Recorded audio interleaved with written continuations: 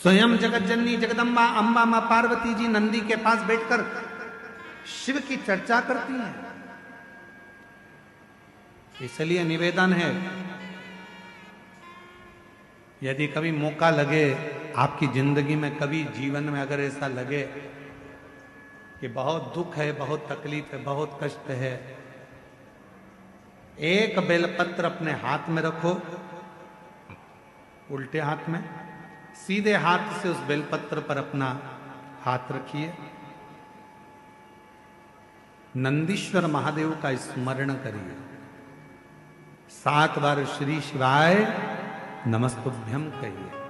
फिर उस बेलपत्र को सीधे हाथ में रहकर, जो नंदी शिवजी के मंदिर में है, दोनों सींग है, उस सींग के ठीक पीछे नंदी का उभरा हुआ भाग है, उस भाग पर नंदीश्वर शिवलिंग का स्मरण कर कर बेलपत्र को चढ़ा दो। इस डंडी का भाग पूंछ की ओर होना चाहिए, पत्ते का भाग मुख की ओर हो, और उस बेलपत्र को बाबा के चढ़ाकर, कितना भी दुख हो जिंदगी में, कितना भी कष्ट हो, नंदीश्वर महादेव का जब स्मरण आप करने लगते हो तो धीरे धीरे वो दुख कटना प्रारंभ हो जाता है, शिव हाथ पकड़ना प्रारंभ हो जाता है।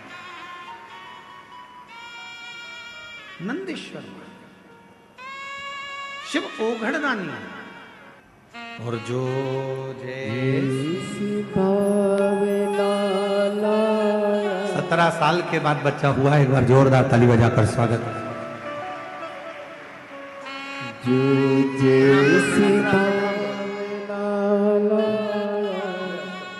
वो वैसा ही फल पाया, नहीं खाली उसे लौटाया, वो मन ही मन हर्षाया, और कर दिया माला माल काशी वाले ने, लुटा दिया भंडार काशी वाले ने, लुटा दिया भंडार काशी वाले ने, कर दिया माला माल काशी वाले।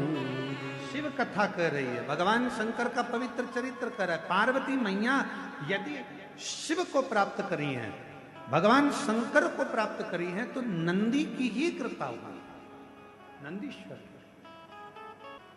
कहते हैं पार्वती मैया जब छोटी अवस्था में, बाल्य अवस्था में थी, तभी से शिव की आराधना में लगी रहती। कई बार भगवान शंकर वृषभ का रूप लेकर आते हैं, और वृषभ का रूप रखकर आकर मां जगत जननी जगदम्बा पार्वती से बहुत उनके मन की बातों को श्रवण करते हैं। बहुत ऐसी मां जगत जननी। बोला नंदीश्वर महादेव की जय। नंदीश्वर। और कहते हैं कि बाल्यावस्था में एक बार मां जगत जननी जगदम्बा मां पार्वती मैया, मां जगत जननी जगदम्बा मां पार्वती जी एक बार बाल्यावस्था में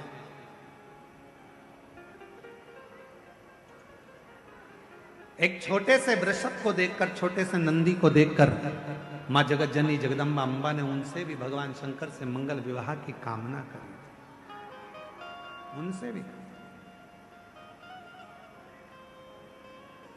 और मंगल विवाह की कामना करी। महाराज आज वही शिव की आराधना का सुंदर फल आनंद मां जगत जननी को मिला।